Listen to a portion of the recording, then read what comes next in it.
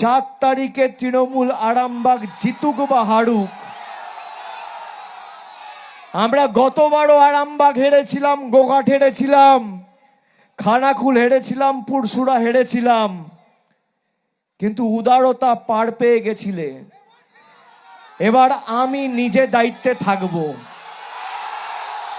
4 তারিখ 12টার পরে কোন জল্লাদের কত ক্ষমতা আর কার দিল্লির বাবা কাকে বাঁচাতে আসে আমি 4 তারিখ দেখব।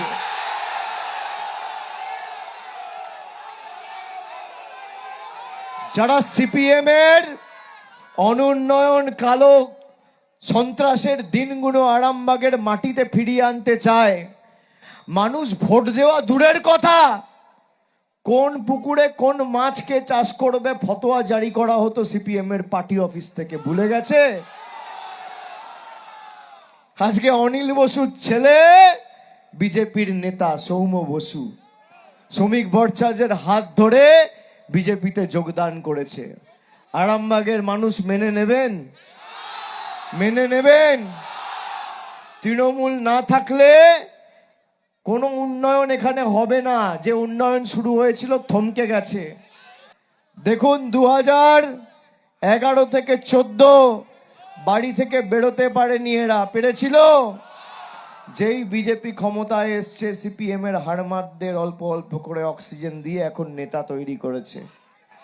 আরামবাগের মানুষ ক্ষমা করবে না। যারা আরামবাগে এসে আরামবাগের মাটিকে অশান্ত করতে চেয়েছে তাদের কড়ায় গন্ডায় সুদে আসলে আগামী দিন জবাব দিতে হবে। আর 4 তারিখ মমতা বন্দ্যোপাধ্যায় যতই উদার হোক, আরামবাগের স্টিয়ারিং আমার হাতে থাকবে।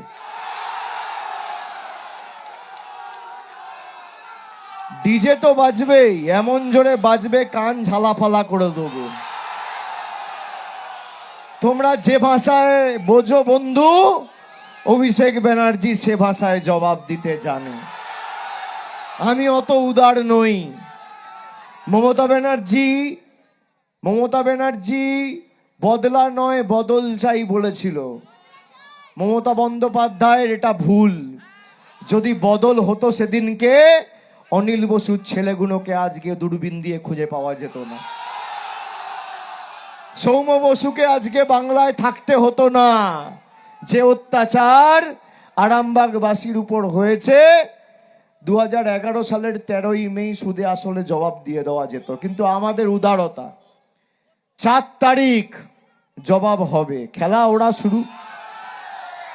খেলা যখন আজকে ওরা শুরু করেছে মিতালির উপর আক্রমণ করে, ফিনিশিংটা আমি করব, শেষটা আমি করব 4 তারিখ, কথা দিয়ে যাব। আপনারা সকলে ভালো থাকুন, সুস্থ থাকুন। আর 4টে বিধানসভায় তৃণমূল যদি জেতে, আমি আবার দায়িত্ব নিয়ে বলছি আরামবাগকে তৃণমূল কংগ্রেস আলাদা জেলা করবে, আমি কথা দিয়ে গেলাম। সকলে ভালো থাকবেন, সুস্থ থাকবেন। জয় হিন্দ, বন্দে মাতরম, জয় বাংলা।